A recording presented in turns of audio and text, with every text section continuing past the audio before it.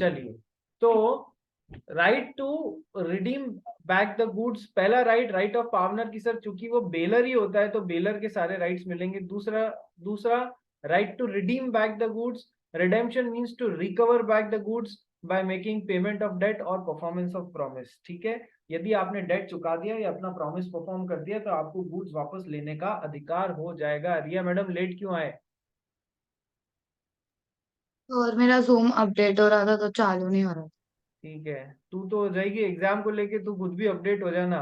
ऐसा मत करना कि एग्जाम चालू हो गए सर मैं अभी तक अपडेट ही हो रही हूँ, एग्जाम छूट सर जाएगा, मैं ठीक है? अपडेटेड ही हूँ।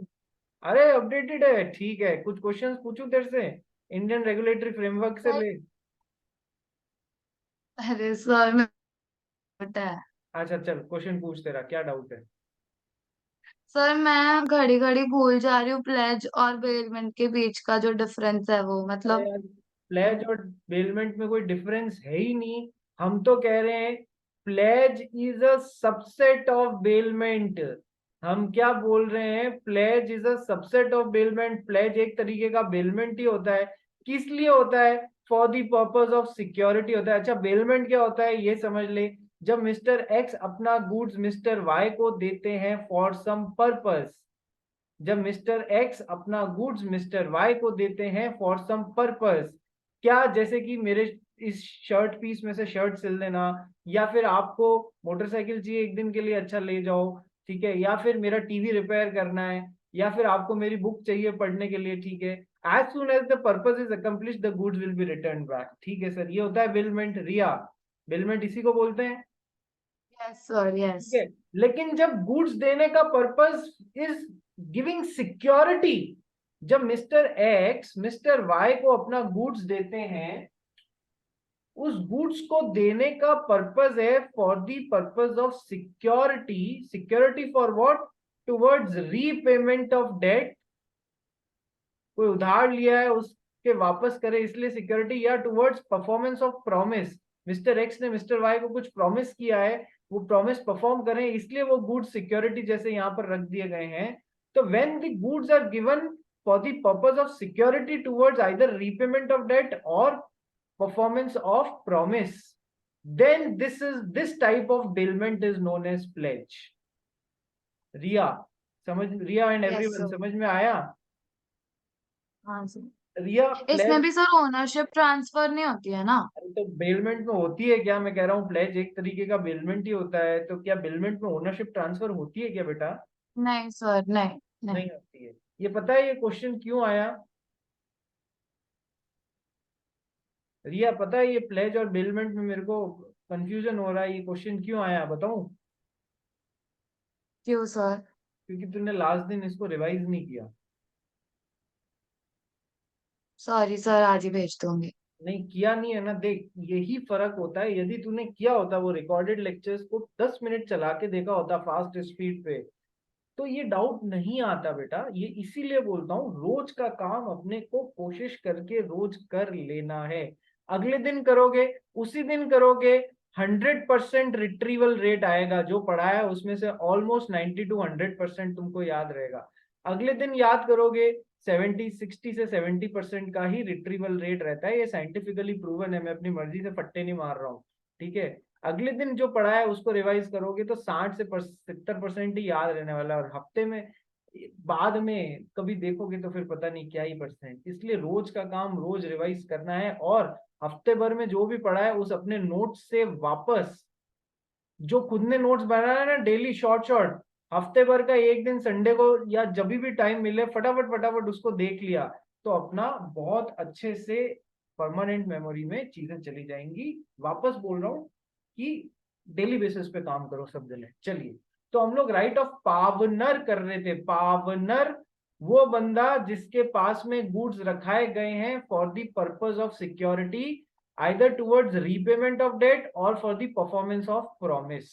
ठीक है, चलिए, तो सर इसके राइट्स ऑफ पावनर, पावनर ये हो गया, पावनी ये हो गया। पावनर जिसने अपने गुड्स रखाए हैं, यदि उसने वो काम कर दिया है जो प्रॉमिस परफॉर्म करने का बोला था, वो प्रॉमिस पूरा कर दिया है, या उसने वो डेट चुका दिया है, तो फिर अब उसे अपना गुड्स वापस लेने का अधिकार है, पहला राइट ऑफ पावनर। ठीक है, ये पढ़ लिया अपन ने। Right right of redemption to recover back the goods, यदि पेमेंट कर दिया या परफॉर्मेंस ऑफ प्रॉमिस कर दिया है तो he can recover back the goods. Second right of redemption, sir if a time is stipulated for repayment of debt or performance of promise and Pavner defaults at that stipulated time। बहुत ध्यान से समझना, इस पे practical question बनेगा। झील रिया सब जने अपने वीडियोस ऑन रखेंगे, ईशा शेट्टी भी रखेगी। ठीक है सर, मिस्टर एक्स ने मिस्टर वाई से लोन लिया 1 लाख रुपए का, ड्यूरेशन कितना था 12 मंथ्स, 12 महीने का, 1 साल का लोन लिया था। ठीक है, और यहां पर लोन को और पर्पस रीपेमेंट के लिए एक सिक्योरिटी भी रखाई गई थी, security of some goods pledge किया गया था उसको। ठीक है, टाइम लिमिट फिक्स है, इसके अंदर उनको अपना पैसा लौटाना है, 12 महीने के अंदर अंदर उनको अपना पैसा जो उधार पे लिया हुआ है वो लौटाना है।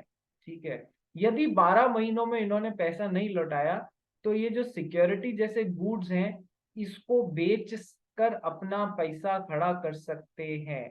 पढ़ा है ना अपन ने, सिक्योरिटी इसी पर्पस के लिए दी जाती है। श्लोक, यस और नो?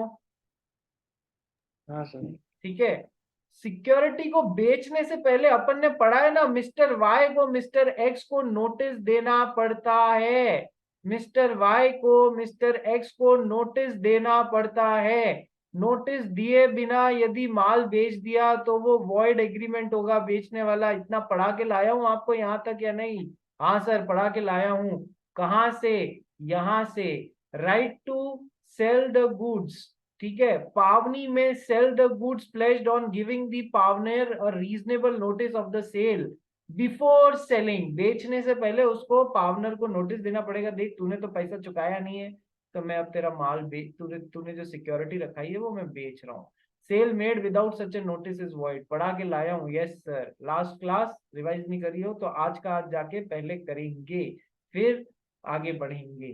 ठीक है, नहीं तो प्लेज छूट जाएगा, और प्लेज में बहुत अच्छे अच्छे क्वेश्चंस आ जाते हैं कई बार। ठीक है, नेक्स्ट, तो सर अपन एक जनरल फ्लो में बात करते हैं। एक्स ने वाई से 1 लाख रुपए का लोन लिया, बदले में कुछ सिक्योरिटी रखाई, कोई गुड्स को 12 महीने के लिए वो लोन लिया गया था, फिक्स टाइम के अंदर उसको रिटर्न करना था। अब यदि 12 महीने में इसने डिफॉल्ट कर दिया, 12 महीने बाद नहीं चुकाया, तो मिस्टर वाई अपना राइट एक्सरसाइज कर सकते हैं सिक्योरिटी को बेच के अपना पैसा खड़ा करने का। यदि मिस्टर वाई को ये सिक्योरिटी बेचनी है तो लीगल रूल है, सब जने ध्यान देंगे, लीगल रूल है। ऐसे ही मर्जी आए और माल बेच दिया, ऐसा नहीं हो सकता। उनको पहले इस माल को बेचने से पहले इसको एक बाकायदा रीजनेबली एक नोटिस देना पड़ेगा, देखो तुमने चूंकि अब डिफॉल्ट कर दिया पैसा चुकाने में, अब मैं तुम्हारा माल बेच रहा हूँ। ये नोटिस देने के बाद में ही वो माल को सिक्योरिटी को वैलिडली बेच पाएंगे। यदि नोटिस नहीं दिया गया तो माल बेचने का एग्रीमेंट गलत एग्रीमेंट कहलाएगा। अब पॉइंट क्या है आगे समझना। इस बेचारे ने डिफॉल्ट कर दिया, 12 महीने में यहां पर नहीं चुका पाया, तो इसने अभी तक नोटिस देवे या नोटिस देने के बाद अभी तक माल नहीं बेचा है, कोई भी सिचुएशन, मतलब कुल मिला के वो सिक्योरिटी जैसे जो माल रखाया गया है वो बेची नहीं गई है, तो ये उसको वापस अपना पैसा चुका के अभी तक भी रिडीम कर सकता है उस सिक्योरिटी को। मतलब समझ में आया? अभी तक नोटिस आया नहीं है या नोटिस आ गया है पर माल नहीं बिका है।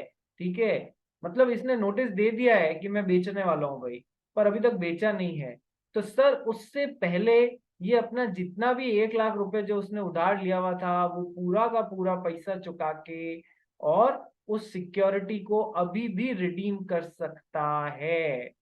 क्या तुमको लीगल बात समझ में आ गई? यानी कि माल अभी तक यदि बिका नहीं है तो फिर वो उसको रिडीम अभी भी कर सकता है, चाहे इसने डिफॉल्ट कर दिया तो भी पहला राइट रिडीम। अभी वो आगे बिक गया तो अलग बात है, अभी तक बेचा नहीं गया है तो ये अभी भी 1 लाख रुपए चुका के, यानी जो भी इसको परफॉर्म करना था वो परफॉर्म करके और अपना सिक्योरिटी अभी भी छुड़ा सकता है। इतना समझ में आ गया हो तो एक बात और समझाओ, बोलो। इतना समझ में आ गया? हाँ सर, लेट भी हो गया तो भी प्रॉब्लम नहीं, अभी तक माल नहीं बिका है तो ये रिडीम कर सकता है। यदि इसने डिफॉल्ट तो किया ही था, डिफॉल्ट तो किया ही था, ठीक है, डिफॉल्ट किया था, तो ये नोटिस देने की तैयारी कर रहा है, दे दिया, अभी तक माल नहीं बेचा, उस दौरान भी रिडीम कर सकता है। इस डिफॉल्ट के कारण 1 महीना पैसा लौटाने में और लेट हो गया। 1 महीना पैसा लौट, मतलब इस डिफॉल्ट के कारण माल बेचने में, अभी सिक्योरिटी बेचने में 1 महीने का टाइम और लग गया, ठीक है। तो इस 1 महीने में मान लो 12% की रेट ऑफ इंटरेस्ट चलती है, तो और खर्चा इसका लगेगा या नहीं लगेगा? हाँ सर।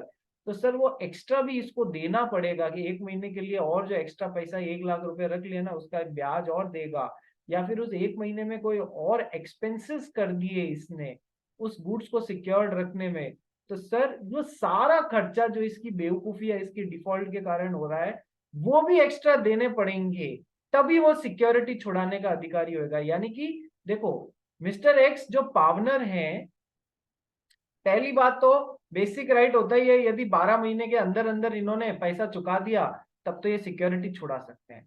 लेकिन यदि 12 महीने के अंदर अंदर पैसा नहीं चुकाया, डिफॉल्ट कर दिया पैसा चुकाने में, तो दो बात हो सकती है।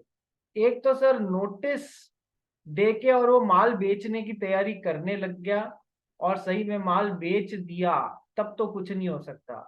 नोटिस दे दिया और अभी तक माल बेचा नहीं है, नोटिस दे दिया और अभी तक माल नहीं बेचा मिस्टर वाई ने, तो अभी भी ये उस सिक्योरिटी को छुड़ा सकता है, बशर्ते इसने जो भी वो पेमेंट करना था वो कर दिया।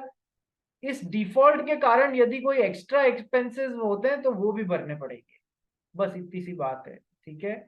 और अभी तक नोटिस दिया ही नहीं है, तो फिर तो भले ही आराम से छुड़ाए ना यार, बस जो भी एक्स्ट्रा एक्सपेंसेस और पेमेंट है वो कर देते, ठीक है।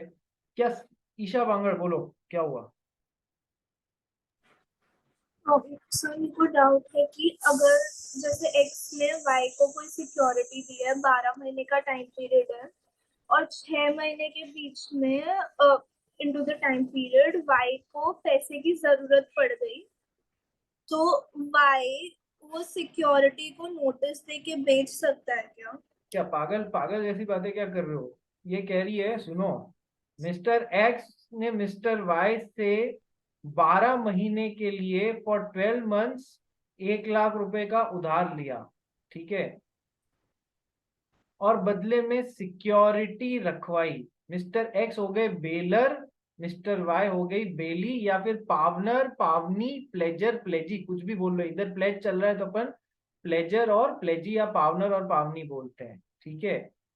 तो अब ये बोल रही है, ईशा बांगड़ क्या बोल रही है कि है ना सर, इसको बीच में पैसे की जरूरत पड़ गई, बीच में पैसे की जरूरत पड़ गई, 6 महीने में ही मिस्टर वाई को पैसे की जरूरत पड़ गई, तो क्या ये इसकी सिक्योरिटी बीच में बेच के ही और अपना पैसा खड़ा कर सकता है?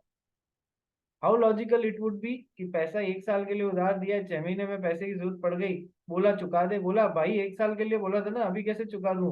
कि नहीं नहीं, मुझे तो पैसा अभी के अभी चाहिए। शी बिकेम सिंगम, एक सिंगम में एक डायलॉग आया था ना, अभी के अभी, अरे ठीक नहीं, है। तो उससे अब पैसे उधार ले, वो उससे परमिशन ले ले कि मैं तेरी सिक्योरिटी बेच दूं क्या, मेरे को पैसे अभी एक, थोड़ी जरूरत है यदि बता। परमिशन मांग रहा है, किसके पीछे खाना पक रहा है यार? यदि परमिशन मांग रहा है, ठीक है, परमिशन नहीं मिली तो क्या सिक्योरिटी बीच में बेच सकता है? नहीं बेच सकता है। यदि परमिशन मिस्टर वाई मांग रहा है मिस्टर एक्स से कि देख या तो पैसा चुका दे यार, बहुत अर्जेंट नीड हो गई, इसने कहा सर 6 महीने हुए हैं, मैंने तो 12 महीने के लिए लिया था आपसे, बोला यार प्रॉब्लम समझ, नहीं मेरे को पैसे की अर्जेंट जरूरत है, घर में किसी का ऑपरेशन कराना है, ठीक है, तेरी सिक्योरिटी भेज दूं क्या यार? इसने कहा चल भेज दे यार, ठीक है, काम खत्म। अब यानी कि यहां पर इस एग्जिस्टिंग कॉन्ट्रैक्ट में क्या हो रहा है, इस एग्जिस्टिंग कॉन्ट्रैक्ट में आपको पता है, novation, alteration, remission, rescission, waiver में से कुछ हो रहा है या नहीं हो रहा है? यस और नो? अल्ट्रेशन हो रहा है या नहीं हो रहा है? या change in the existing terms, novation हो रहा है या नहीं हो रहा है? हाँ सर। अब सिक्योरिटी बेच के पैसा ले लो, चेंज हो गया, existing terms of contract change हो गई हैं, तो हो तो सकता है, बट ये नोवेशन, ऑल्ट्रेशन, रेमिशन, रेसिशन वाला पॉइंट है, ये यहाँ का पॉइंट नहीं है प्लेज का। बात समझ गई? ठीक है। इसलिए दुनिया में तुम भी अपने मम्मी पापा से बचपन में है ना खूब छोटे छोटे 4-5 साल के हो गए, पैर पटक पटक के अभी टॉय दिलाओ। वो बेचारे क्या करते, तुम सबको दिलाना ही पड़ता उन लोगों को, नहीं तो तुम तो आसमान सर पे उठा लेते। ऐसा काम नहीं करना चाहिए, ठीक है। चलिए, समझ में आ रहा है रे? चलिए आगे बढ़ते हैं। It once happened, some person gave a chocolate to my daughter, so मेरी डॉटर के ग्रैंडफादर ने उसको बोला थैंक यू बोल, अंकल जिन्होंने चॉकलेट दी उसको थैंक यू बोल। तो उसने बोल दिया आता माजी सटक ली, और अंकल को ऐसे बोल दिया। उसके बाद में अंकल ने कभी चॉकलेट ही नहीं दी, ठीक है। बेचारे की चॉकलेट चली गई, थैंक यू बोलने की बजाय अंकल को भी डायलॉग पड़ गए। चलिए आइए आगे बढ़ते हैं। तो sir, if a time is stipulated for repayment of debt or performance of promise and partner defaults at stipulated time, 12 महीने के अंत में उसने डिफॉल्ट कर दिया, पैसा वापस 1 लाख रुपया चुकाया ही नहीं, इंटरेस्ट भी नहीं चुकाया, वो तो अलग बात है। He may redeem the goods pledged at any subsequent time before the actual sale of them. जब वो सही में बिकने जा रहे हो, बिके नहीं हो, उससे पहले भी उसका राइट है, वो उन गुड्स को रिडीम कर सकता है। बस उससे सारा पैसा जो भी डेट चुकाना था वो चुकाना रहेगा, प्लस एडिशनल एक्सपेंसेस भी चुकाने रहेंगे विच अरोज फ्रॉम हिज डिफॉल्ट। कैसे? एक और एग्जांपल देखते हैं। एडिशनल एक्सपेंस, 1 महीना लेट हो गया तो 1 महीने का एक्स्ट्रा ब्याज चुका दिया। मान लो नोटिस इसने दे दिया, मिस्टर वाई ने मिस्टर एक्स को दे दिया तेरी सिक्योरिटी बेच रहा हूँ। उस सिक्योरिटी को बेचने के लिए इसने एक ऑक्शन का अरेंजमेंट किया। ऑक्शन अरेंज करने में 10,000 रुपए और खर्च हो गए। ऑक्शन अभी तक हेल्ड नहीं हुआ है, ऑक्शन अभी तक हेल्ड नहीं हुआ है। उससे पहले ये पूरा 1 लाख रुपए और 1 महीने का एक्स्ट्रा ब्याज लेके दौड़ गया इसके पास में, अरे रख ले भाई, अब मेरा राइट है, मैं तेरे को पूरा पैसा चुका रहा हूँ, अभी तक तूने सेल नहीं किया ना, एक्चुअली सही में तो सेल नहीं हुआ है ना, तो मेरा राइट है अभी भी इसको रिडीम करने का। लाओ, मैं सिक्योरिटी वापस दो मेरी, और तुम्हारा पैसा प्लस ब्याज प्लस एक्स्ट्रा एक्सपेंसेस जो है ऑक्शन के 10,000 रुपए ये भी पकड़ो, और मेरे को मेरी सिक्योरिटी दो।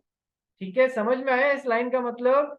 he may in this case he must also pay any additional expenses which arose from his default। रिया, श्लोक, मंशा, झील, ईशा, बांगर, शेट्टी, कनक, समझ में आया? ठीक है, दिमाग लगा लोगे। और ये बात ध्यान रखना, एग्जामिनर तुमको घुमाने की कोशिश कर सकता है कि नोटिस, ऑक्शन तो अरेंज कर दिया लेकिन नोटिस देना रह गया, नोटिस ही नहीं दिया मिस्टर वाई द्वारा मिस्टर एक्स को कि तुमने डिफॉल्ट कर दिया, मैं माल बेचा। तो क्या ये ऑप्शन की भी सही होगी? नहीं, ये ऑप्शन वॉइड एग्रीमेंट हो जाए। ठीक है, ये गलत है क्योंकि यहाँ से यहाँ नोटिस ही नहीं किया, ध्यान रखना। तो क्या राइट्स ऑफ पावनर समझ में आ गए आप लोगों को? यस और नो? यस। आगे बढ़ते हैं। Let's come to duties of pawnee. ये इस बंदे की, ये पावनी जो है, जिसके पास में माल सिक्योरिटी जैसे रखाया गया है, जिसने यहां से यहां या तो कुछ उधार दिया है या फिर मिस्टर एक्स ने मिस्टर वाई को परफॉर्मेंस ऑफ प्रॉमिस किया है, तो सर उस सिक्योरिटी रखाई है मिस्टर वाई के पास में। आइए इनकी अपन ड्यूटीज ऑफ पावनी पढ़ते हैं। Duties of pawnee, number 1, duties of pawnee is equal to duties of bailee. ये बेली की जगह पे खड़ा हुआ है पावनी, इसलिए जो जो ड्यूटी ऑफ बेली है कि सर यदि पैसा मिल गया है, काम हो गया है, तो गुड्स को रिटर्न करो। तो सर ये ऐसी छोटी, to take proper care of the goods bailed, to take proper care of security, ये सारी की सारी होंगी। Duties of pawnee is equal to duties of bailee. Number 1, duty to take reasonable care of the pledged goods. जो भी माल इसने, mister X ने मिस्टर वाई के पास में सिक्योरिटी जैसे रखाया है, उस सिक्योरिटी की प्रॉपर केयर होनी चाहिए। प्रॉपर केयर मतलब रीजनेबल केयर। रीजनेबल केयर मतलब एक्सपर्ट जैसी केयर नहीं। कैसी केयर होनी चाहिए? कि जैसे एक मतलब नॉर्मल माइंडसेट का आदमी गिवन सर्कमस्टांसेस में सेम प्रकार के गुड्स की, अपने खुद के गुड्स की केयर करता, रीजनेबली वैसी होनी चाहिए। कोई एक्सपर्ट नहीं एक्सपर्ट जैसी हम सिक्योरिटी नहीं मांग रहे हैं, एक्सपर्ट जैसी वो आपसे प्रॉपर केयर नहीं मांग रहे हैं, हम तो रीजनेबल केयर मांग रहे हैं। Duty to take reasonable care of the pledged goods. Point number B, duty not to make unauthorised use of the pledged goods. ठीक है, एक बार ईशा शेट्टी थी, उसको कुछ पैसे की जरूरत थी, तो उसने रिया से उधार लिया पैसा। कितना? 50,000 रुपीज। और रिया ने बदले में इससे क्या सिक्योरिटी, जैसे इसकी डायमंड रिंग रख ली। डायमंड रिंग इस ईशा शेट्टी ने अपनी रिया के पास में for the purpose of security रखा है। तो ये क्या हो गया sir? This is a transaction of pledge. अब पीछे से ये था 10 दिन के लिए ट्रांजैक्शन था। पीछे से रिया को एक पार्टी में जाना था, ठीक है, पार्टी में जाना था। तो क्या ये ईशा शेट्टी की रिंग उस पार्टी में पहन के जा सकती है? नहीं। ड्यूटी क्या है? Not to make unauthorised use of the pledged goods. Unauthorised use नहीं करना है, ठीक है। हाँ, ऑथराइजेशन मिला हुआ हो। रिया ने ईशा से पूछा, यार इस दौरान तेरी रिंग जब तक मेरे पास पड़ी हुई है, क्या मैं उसे यूज कर सकती हूँ? शेट्टी ने बोला हाँ कोई दिक्कत नहीं। तो फिर it is very much N authorised use. यदि ऐसा कुछ नहीं लिखा हुआ है तो आप प्लेस्ड गुड्स को या फिर बेल्ड गुड्स को अपने पर्सनल यूज के लिए काम में नहीं ले सकते हो। ये बात ध्यान रखना, ठीक है। तो यदि कोई बात नहीं है तो रिया मैडम उस रिंग को पहन के और अपने फ्रेंड्स के बीच में इंप्रेशन जमाने के लिए मना है, ठीक है। Next, third duty of pawnee, duty to return the goods when the debt has been paid और प्रॉमिस हैज बीन परफॉर्म। जब जिस चीज के लिए वो सिक्योरिटी रखाई गई थी वो डेट रीपे हो गया या फिर प्रॉमिस परफॉर्म हो गया है, so it is the duty to return back the goods. It is the duty to return back the goods kept as security. फिर अब सिक्योरिटी रखने का कोई औचित्य रह नहीं गया अपने पास में, उसको वापस दे दीजिए। Duty not to mix his own goods with the pledged goods. खुद के भी चावल के बोरे पड़े थे गोदाम में और मिस्टर एक्स ने मिस्टर वाई से कुछ उधार लिया, तो बदले में, दोनों किसान ही थे, ठीक है, बदले में अपने भी 50 बोरे चावल के इसने यहाँ भेज दिए। तो it is his duty mister Y की कि अपने खुद के गुड्स के साथ में मिक्स नहीं करना है, अलग से रखना है इन 50 बोरों को। यदि मिक्स कर दिया तो क्या चीज होगी? यदि गलती से भी मिक्स कर दिया तो क्या चीज होगी? कौन बताएगा? झील। यदि गलती से भी खुद का गुड्स और सामने वाले का गुड्स मिक्स कर दिया तो क्या दो सिचुएशंस होती है? मतलब क्या होगा अगर इसने मिक्स किया है ना? यदि गुड्स मिक्स हो गए, जो पावनर टर्मिनेट। के थे और पावनी के थे वो मिक्स हो गए, तो क्या होगा? सर कॉन्ट्रैक्ट टर्मिनेट हो जाएगा। कॉन्ट्रैक्ट टर्मिनेट हो जाएगा। हाँ। तू सीए फाउंडेशन और से या टर्मिनेट हो जाएगी यदि ऐसे आंसर देगी तो। फिर उसको उसका ये जो गुड्स एक्चुअल में वैल्यू होता है वो उसका पे करेगा। अधूरा ज्ञान मत दे। चल कौन बताएगा? मंशा ने हाथ हाथ खड़ा किया था या ईशा वांगड़ ने? ईशा वांगड़ बोलिए। अगर कंसेंट से गुड्स को मिक्स किया है तो प्रपोर्शनेट इंटरेस्ट होएगा दोनों का गुड्स में। और अगर विदाउट कंसेंट या if the goods are separable तो जो भी एक्सपेंसेस होंगे दोनों को गुड्स अलग करने में वो देना पड़ेगा पार्टनर को वो देना पड़ेगा। और अगर नहीं सेपरेबल होंगे तो जो भी लॉस और डैमेज होगा वो कॉम्पेंसेट करना पड़ेगा। देखो, यदि चावल पड़े थे खुले बोरे में, नहीं समझना, एक तो दो एग्जांपल से समझते हैं। पहले समझाया हुआ है, जस्ट रिवाइज कर रहा हूँ। ये मिस्टर एक्स ने अपने गुड्स दिए as a security, mister Y का खुद का गोदाम था। ये गुड्स अलग अलग रख दिए, एक कोने में मिस्टर एक्स के रख दिए, दूसरे कोने में खुद के पड़े हुए हैं, तब तो कोई प्रॉब्लम नहीं है। लेकिन वहां पर स्टाफ कुछ ज्यादा ही होशियार था, उसने क्या किया, इसी बोरियों में इनकी आई हुई 50 बोरी मिला दी, ठीक है। बोरी एज इट इज, बोरियों में बोरी मिल रही है, माल में माल नहीं मिल रहा है। तो सर यदि गुड्स सेपरेबल हैं तो दोनों को सेपरेट किया जाएगा, और सेपरेशन का एक्सपेंसेस जिसने बेवकूफी से मिला दिया उसको बेयरविथ करना पड़ेगा, ठीक है, यानी कि बेली को या पावनी को, ठीक है। यदि गुड्स सेपरेबल नहीं है तो फिर सर, इसका अच्छी क्वालिटी का गुड्स था, इसकी बेकार क्वालिटी का गुड्स था, तो सर जितना प्रॉब्लम हुआ है वो सब इसको मेक गुड द लॉस करेगा। इतना तक तो समझ में आ गया? Yes sir. और यदि गुड्स मतलब दोनों ने मिलके अपनी सहमति से मिक्स किए हैं, तो फिर जिसका ज्यादा प्रोपोर्शनेट इंटरेस्ट बनता है, इसका 50 किलो था, इसका 60 केजी था, जिसका ज्यादा इंटरेस्ट बनता है उसको प्रोपोर्शनेटली उतना फायदा दिया जाएगा। तो मतलब मेन चीज यही है, गुड सेपरेबल है या नहीं है इस पर डिपेंड करेगा। डील कॉन्ट्रैक्ट टर्मिनेट नहीं हो जाएगा, ठीक है। इसकी बजाय ऐसे बोलना है गुड सेपरेबल है तो क्या और गुड सेपरेबल नहीं है तो क्या, ठीक है। Duty not to mix his own goods with the goods pledged. Next, duty not to do any act which is inconsistent with the terms of the pledge. Sir, goods के साथ में कुछ ऐसा नहीं करना है, या कहीं पर भी कुछ ऐसा नहीं करना है which is inconsistent with the terms of the pledge.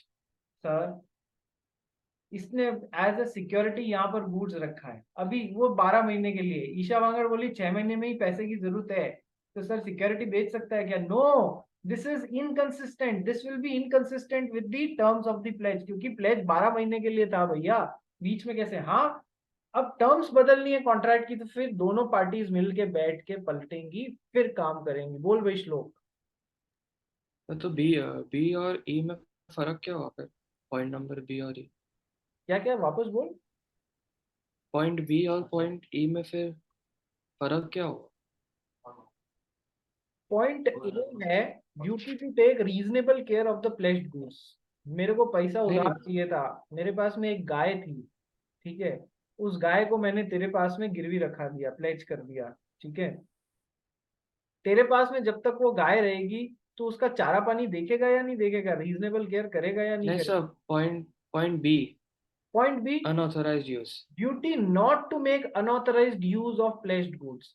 मैंने तेरे पास में मेरी मोटरसाइकिल रखा दी, किस लिए? As a purpose of security, तेरे से पैसा उधार लिया था इसलिए। मैंने उसको यूज करने की तेरे को कोई परमिशन दे दी है, और जब तक मैंने परमिशन नहीं दी है तो उसे लेके घुमा सकता है क्या? Can you use the secured goods for your own personal purpose?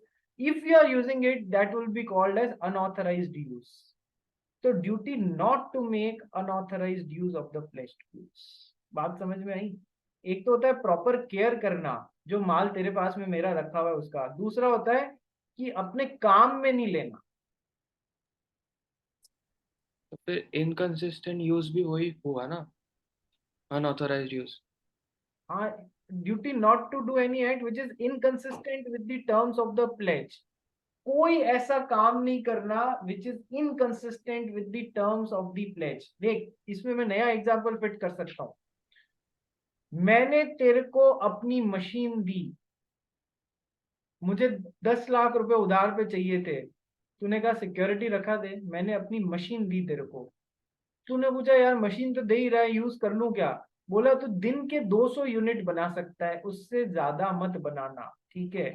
Pledge में भी फर्दर टर्म्स चल रही हैं। 10 लाख रुपए उधार दिया, मैंने मेरी मशीन गिरवी रखाई, मशीन पे तूने पूछा देख मुझे यूज भी करने की इच्छा है, तूने उसने मैंने 10 लाख रुपए लिए, मैं बोला ठीक है तू 200 यूनिट प्रतिदिन तक बना लेना, उससे ज्यादा मत बनाना क्योंकि इस मशीन की कैपेसिटी नहीं है।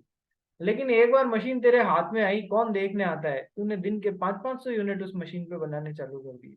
सो what you are doing, you are making the inconsistent use of the goods.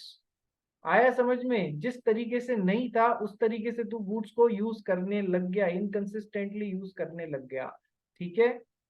कहीं ना कहीं तू बोल रहा है कि सर दोनों में कनेक्ट है, मैं मान सकता हूँ, लेकिन अपन डिफ्रेंशिएट भी कर सकते हैं ना। अनऑथराइज्ड यूज भी हुआ, ये ऑथराइजेशन 200 यूनिट का ही था, तुम 500 बना रहे हो, but this is somewhat majorly inconsistent use. Yes, ठीक है। चलिए next, duty to return the accretion to the goods if any. यदि गुड्स जब मैंने तुम्हारे पास में गिरवी ऐसे रखाए थे उसमें कुछ बढ़त हो गई है तो वो भी लौटानी रहेगी। जैसे गाय मैंने रखाई यहाँ पर, तो गाय ने बछड़े को जन्म दिया इस दौरान, तो वो भी तुमको लौटाना पड़ेगा। मैंने तुम्हारे पास में मेरे शेयर्स रखा है, उन शेयर्स पे बोनस शेयर्स आए हैं यदि, तो वो भी तुमको जब मेन माल लौटा रहे हो तो गुड्स में बढ़त भी लौटानी पड़ेगी। ये सारी ड्यूटीज हैं, ड्यूटीज ऑफ पावनी। यस, समझ में आ गई? बोलिए हाँ या ना। समझ में आ गई क्या? यस। तो चलिए रीज्वाइन कीजिए ऑन द सेम लिंक, फिर हम आगे का पढ़ते हैं।